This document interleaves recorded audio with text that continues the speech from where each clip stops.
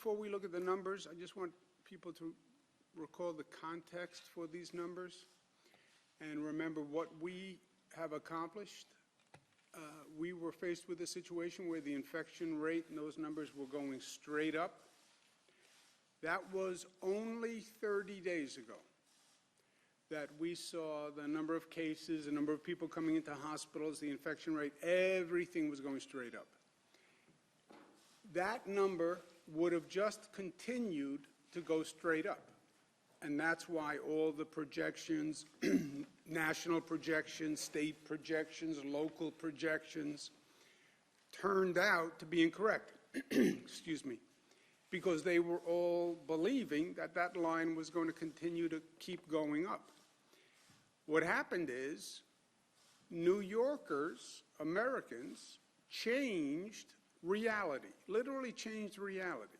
They literally changed the path of the virus spread and reversed the spread, and that's what the closed down procedures did, that's what the masks have done, that's what the socially distancing has done.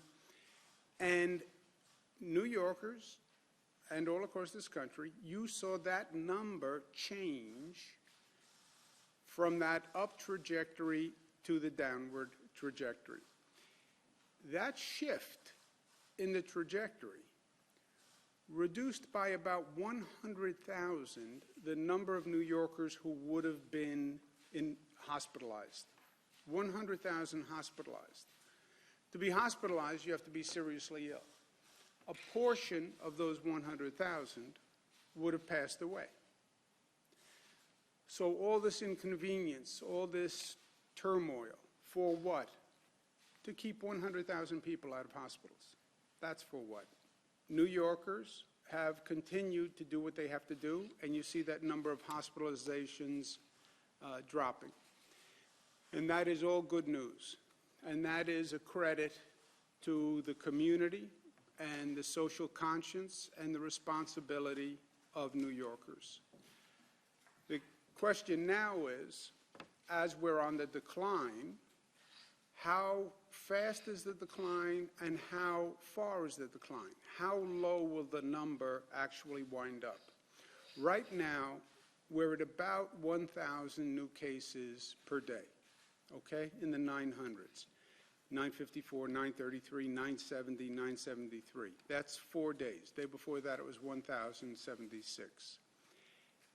That looks like the number is flattening, is plateauing at about 900, 1,000 cases.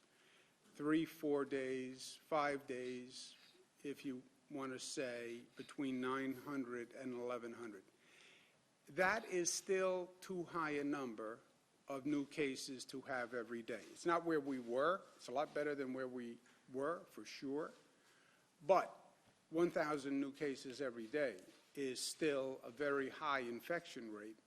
It's still a burden on the hospital system. So we now want to take it to the next level. Let's drill down on those 1,000 new cases. Where are they coming from? Why is the infection rate continuing? Who's getting infected? And let's get more targeted in our response, right? We must protect our children. Every parent, every citizen feels that. We must protect our students. We have to protect our educators.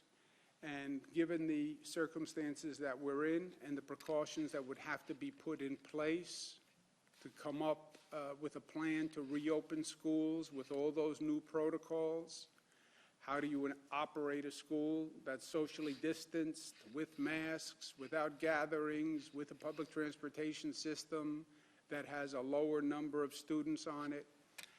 How would you get that plan up and running?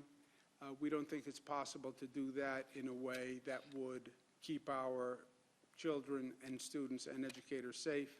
So we're going to have the schools remain closed for the rest of the year. We're going to continue the distance learning programs. Schools have asked about summer school and whether we'll have attendance in schools for summer school. That decision will be made by the end of this month, Again, nobody can predict what the situation is going to be 3-4 weeks from now. So we're trying to stage decisions at intervals that give us the information, but also enough time for people to make the preparations they need to make. We're especially concerned about these issues for frontline workers. I mean, just think about what the frontline workers are going through. Think about what the healthcare workers are going through.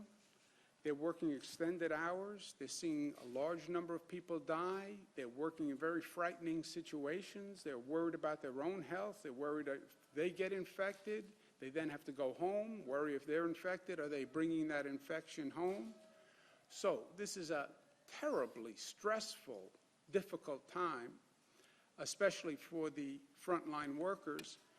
And we want them to know that we not only appreciate what they're doing, but we're there to support them, right? Saying thank you is nice. Acting in gratitude is even nicer. So we have a special emotional support hotline for our essential workers.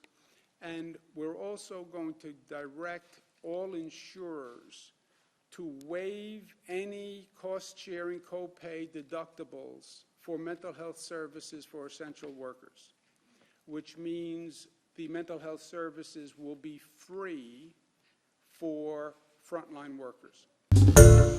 Hi everyone, George Stephanopoulos here. Thanks for checking out the ABC News YouTube channel. If you'd like to get more videos, show highlights, and watch live event coverage, click on the right over here to subscribe to our channel, and don't forget to download the ABC News app for breaking news alerts. Thanks for watching.